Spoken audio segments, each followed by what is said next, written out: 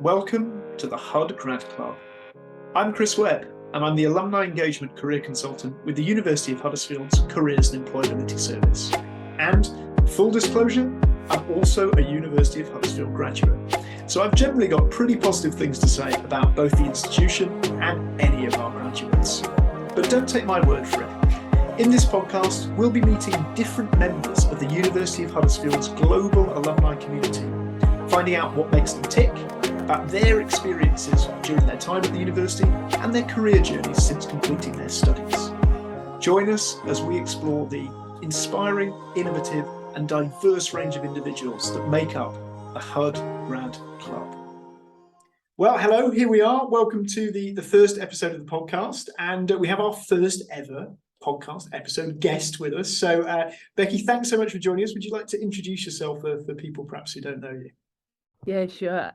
First of all, absolutely honoured to be here. So thank you for inviting me. I think it's an amazing thing that you guys are doing. Yeah, sure. So I'm Rebecca Hindle. I did sports promotion and marketing at the University of Huddersfield. I graduated some time ago now, 2012. And currently I work at Meta. So previously known as Facebook, but officially known as Meta now. Good stuff, good stuff. So we're going to start each podcast episode with a kind of reflection, taking you back to your time at university, with a section that we're going to call the greatest Hud story ever told. But before we kind of get into that, what sort of took you to the university in the first place? So how did you end up at the University of Huddersfield? Yeah, sure. This is not a very exciting story, so I hate to disappoint you on the first question, but my parents are from Huddersfield, so I grew up in Huddersfield, in the area.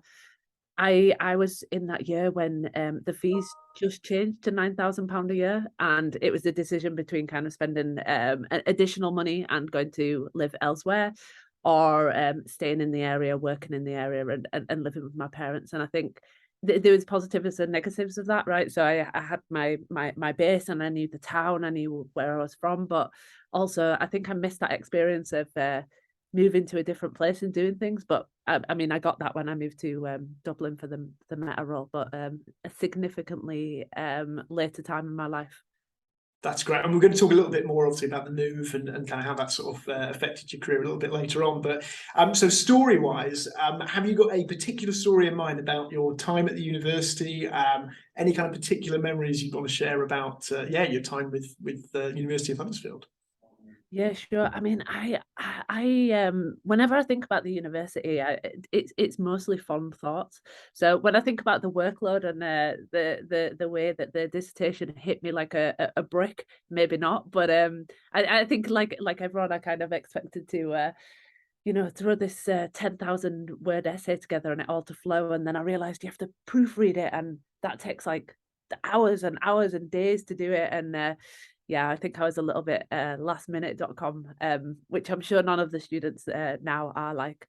But yeah, I think the key things that stood out to me from the university was the lecturers. They were so passionate about what they did. And some of the first faces I saw were Glynis Jones, who I think still works there, and Lisa, who were super enthusiastic about what it is that they were doing, and super enthusiastic about the students and the topics they were teaching. So I think that kind of came through in everything that we were learning. And if you weren't necessarily feeling enthusiastic one day, you certainly did after a couple of hours there. And I think the other thing that struck me as well, and thinking back, is just how grand the building was as well. And I know it's changed significantly since I was there as well, but I remember walking in from college and just not being prepared for how grand this building was, and it felt like kind of a significant period in my life when everything had got bigger, and there was the whole load of emphasis on what I was trying to do there. It was almost, when I think about it, the transition from kind of not having any responsibility into adulthood and having all of this big responsibility. And I think it was of course overwhelming at first, and I think when you start university it is overwhelming for some people, and you need to go through a process of figuring that out.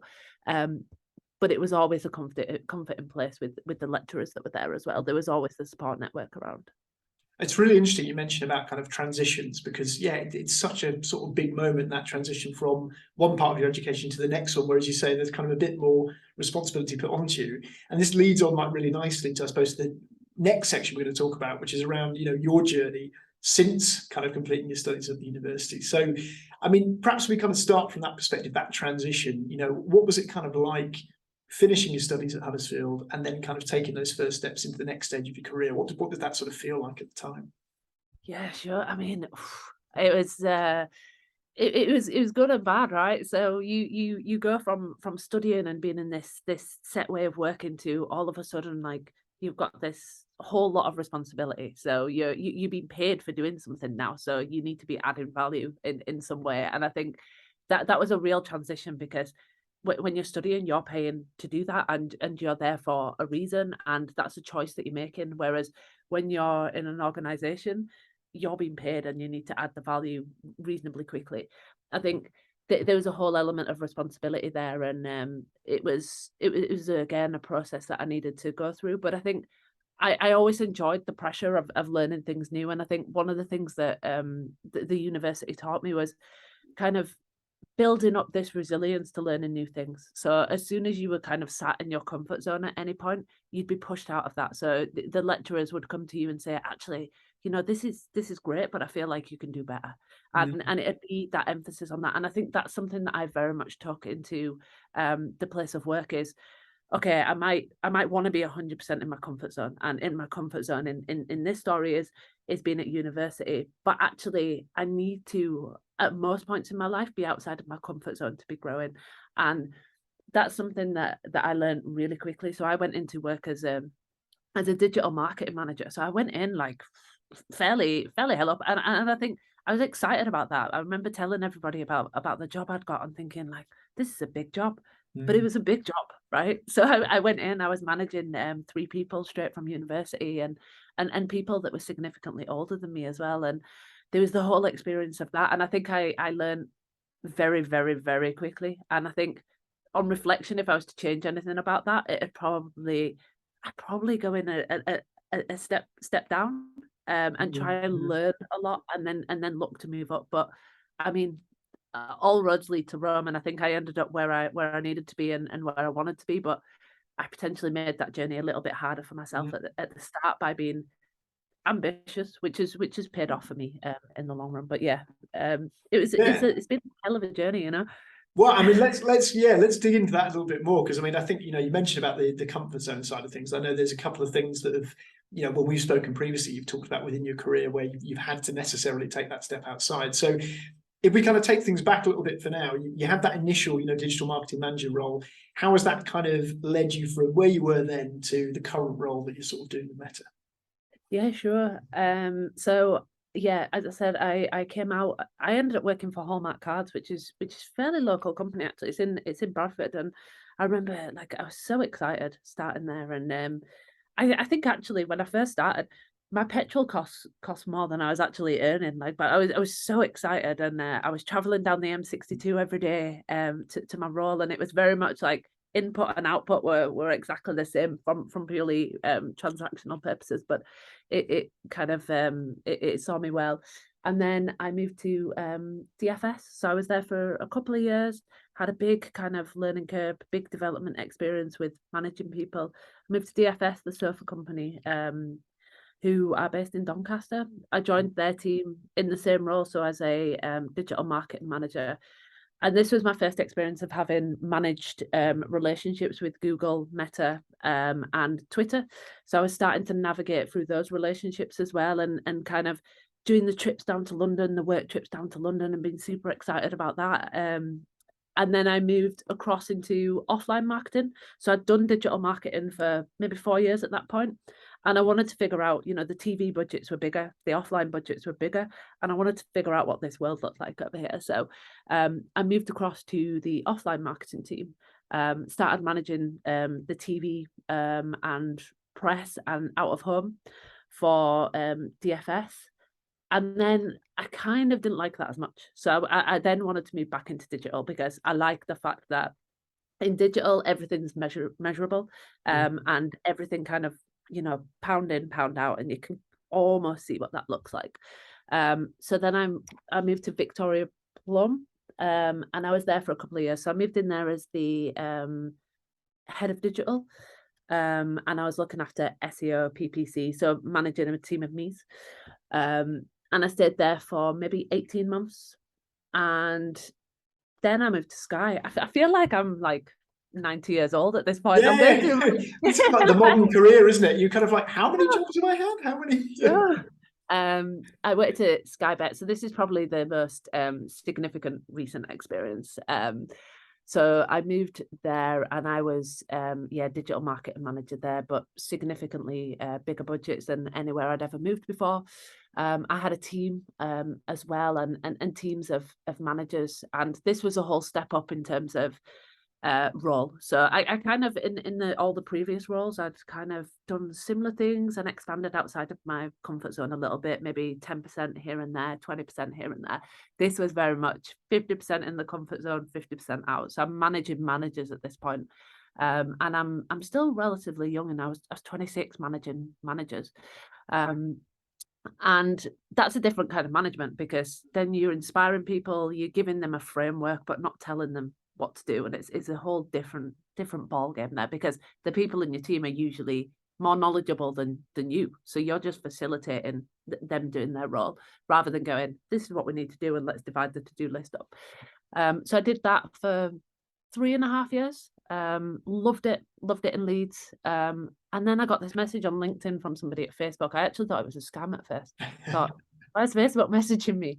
They were talking about these roles in Dublin and how I'm a perfect fit for it. And I was like, like I was kind of, I've done loads of kind of keynotes on this, but I had this perception that people like me don't get jobs like that, right? People with my accent, it's people with London accents, it's people that are hugely well-traveled and very, very intelligent. And I was kind of like, no, this can't be real. I messaged back, went through the interview process, which is intense. So I think for every role at Meta, 1,000 people apply for it. So I was like, there's no way I'm getting a role here. Like I was almost like, I'm not moving to Dublin, like just going through it. And then they offered me a job, and I was like, oh, okay. I was actually on the beach in Thailand when they offered me a job. So I'd gone on holiday for 3 weeks. I was going on this bit of this like individualized journey. I'd never traveled before. As I said, I went to university in Huddersfield, down the road from my mum and dad's house. I was working in Leeds, and that's as far as I'd gone at that point. And I was in Thailand, and I got a call saying, you've been offered a job at Meta. And I was like, right, okay, wow. And then I was like, okay, I'll come back to you on it.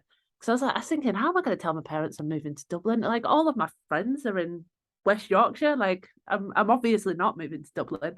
And then I was talking to my dad about it, and he was like, there's no way you can turn this down. This is you work in digital marketing. This is the dream job.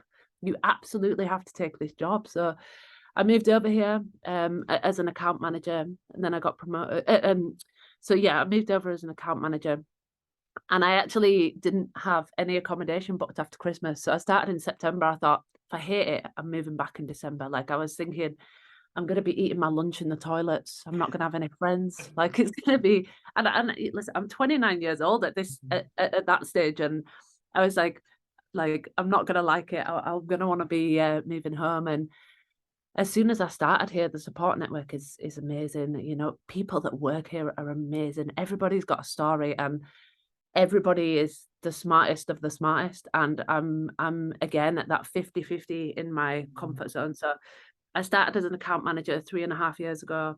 I got promoted to a senior account manager relatively quickly. And then I've just recently moved into a team lead role, which I'm leading up a team now here. And to be honest, sometimes I'm in meetings and I'm like, this is my dream job. I can't believe I'm sat here doing this at this company. And it's I feel very fortunate, but also I know that I've worked super hard to get to this point. And I'm very passionate now about speaking about people like me do this, like it's, there's a few people with my accent that are walking around here. Everybody's not from Oxford and Cambridge and got firsts and A's in the A levels. There's a big diversification of people, and I think that's where high performing teams come from, is having a diverse perspective in every place. So I'm super passionate about encouraging people and students and people that are at that age where they're making decisions that, like, go for it, because you might end up being on a beach in Thailand and Meta ringing you and offering you a job, and like it will happen. How do you think we kind of challenge that? Because it's such an important point, like you were saying about, encountering people who are relatable, they're like you or have kind of characteristics that you think, yeah, I could see myself doing something like that. Do you think there's a role in there for it's for education, or is it kind of, as you said, partly about sending the ladder back down, people like yourself who've got to that stage, just being put in front of lots of young people making decisions to make sure they know that it's attainable, it's achievable? Yeah, I think for me, like there's two things. So I think having role models that are in leadership roles at big companies. So for me, Sheryl Sandberg, who works here, she's from Manchester. She went to University of Leeds, and she's she's just stepped down now, but she was the chief operating officer at Meta. Like, so she speaks exactly like me, ish. And then I think it's people like yourself, kind of from an education perspective, making those connections and making sure that you put role models in front of people, and that people hear people's voice and go, well, actually, I could be the CEO at Meta at some point. And then I think the second thing is, like, backing yourself. So you've got to back yourself. So I'm actually I dabble with boxing on the side, and this teaches you this, because if you go into the ring, you have to back yourself. If it's not you, it's them, and that means only one thing. So you have to back yourself, and I think it's getting those experience and there's a variety of experiences that allow you to build up enough knowledge, information, and resilience to be able to make decisions. So you've been in a tough situation before, you've come out of that, and you've ended up exactly where you are. So I think that comes with experience as well. But I definitely think having role models there is crucial to starting that thought process.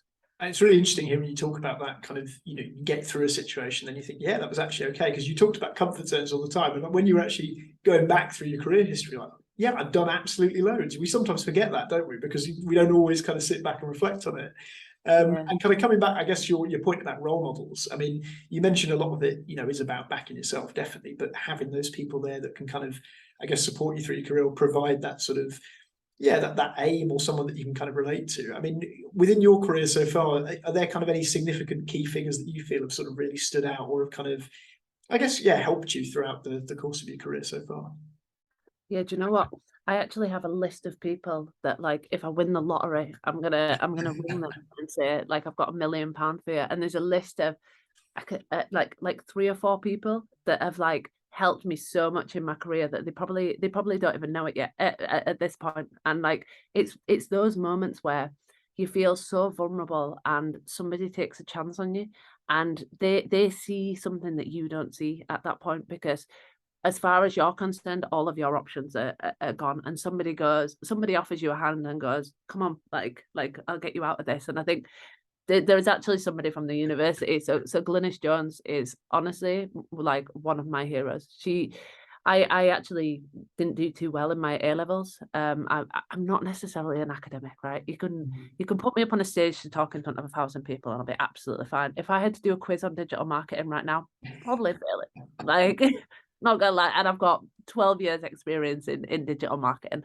But Glynis Jones, she was the person that I spoke to when I just failed my A levels, and she took a chance on me. She allowed me into the course. She invested time in me the whole way going through it. And honestly, like, I will forever be appreciative to her. And that's part of why I'm doing this as well. It's part of why I'm, like, passionate about the university and coming back to that. She's a hero in my life, honestly. And I tie a lot of where I am now back to her taking that chance on me and investing in me when I was in a real vulnerable place, The other one as well, like, this is quite cliche, but my dad and my mum, like, they invested the time in me. My dad gave me the most solid advice when I was growing up. So he used to talk to me about, actually, there's a direct correlation between effort input and what's output. So he used to say to me, and he used to drill this into me, that you get exactly out of life what you put in, nothing more, nothing less. So if you can't put 100% into everything, right? So you need to choose where you put your effort. So if you put 100% into something, you literally, you can't fail. You're going to get it out. But that's not necessarily the reality. You might have a partner, you might have work, you might have X, Y, and Z. So it's that over time as well. So my dad taught me a good few lessons growing up and supported me. And then like my current girlfriend, so she's honestly the strongest person in the whole entire world. So I've met loads of people along the way, and I'd think this even if we broke up, for the record. So like if this is going out and we broke up, it's fine. Like you don't need to put this out. But she's the strongest person I know, and I think she's had so many challenges in life, and she's still a nice person, and she's still solid, and she's the person that like stands toe to toe with me. And there's a lot of people that say yes to you and say, yeah, that's fine. When you get to a certain level, people are kind of like, yeah, I better say what Becky wants me to say. She's the person that like will stand there and go, like, are you confident in that decision? Like, have you made the right decision? And sometimes I'm like, come on, just let me go. But she holds me accountable to all the decisions I make, and yeah, she's amazing. I'm very appreciative of her. And it's so important to kind of hear you talking about role models that aren't necessarily just, we sometimes hear people talk about it's got to be someone who's like a high flying role model, that they've achieved so much on an industry level. But actually it's so true that your role models are way beyond that. The people in your life, people who make a significant difference to who you are as a person, beyond that kind of career development angle. So it's great to hear you kind of talking about that. And hopefully everyone you've mentioned is listening or will be listening to this. And It better be, otherwise they're out of my role model list. Yeah. No more £1 million. That's off the table. Yeah. That's fantastic, Becky. I mean, already just brilliant reflections. And, as you said, even in kind of 12 years, such a sort of varied career already. So, I mean, this kind of brings us quite nicely to sort of the last section of the podcast, really, which is our underrated career advice section. And the idea behind this really is to kind of get sort of some tips and insights from our University of Huddersfield alumni that may not be kind of, the typical sort of top tips or careers advice that you might often hear on things like LinkedIn or kind of more generally through inspirational quotes worldwide. So do you have any underrated careers advice for us, for any kind of fellow University of Huddersfield alumni or maybe current students who might be listening? Yeah, for sure. Like I think there's something in, right? You can't cheat the process. So you have to graft for everything that you get. Like there's no kind of, okay, lucky break, it just happens. Like you have to graft at every single thing that you do. And if you put effort into something, there will be an output. It might not be immediate. It might not be in the next 3 months. It might not be at the next promotion cycle, but it will come and it will happen. You can't cheat the process and the graft. And I think some people forget that. They try and move so quickly through their career. They're kind of like, if they don't get promoted, it's like, oh well, I should have been promoted this cycle, or this should have happened. But actually just keep focused on the mission and just keep grafting, because it will come. And that kind of comes back to the quote from my dad, which is like, you'll get exactly out of life what you put in.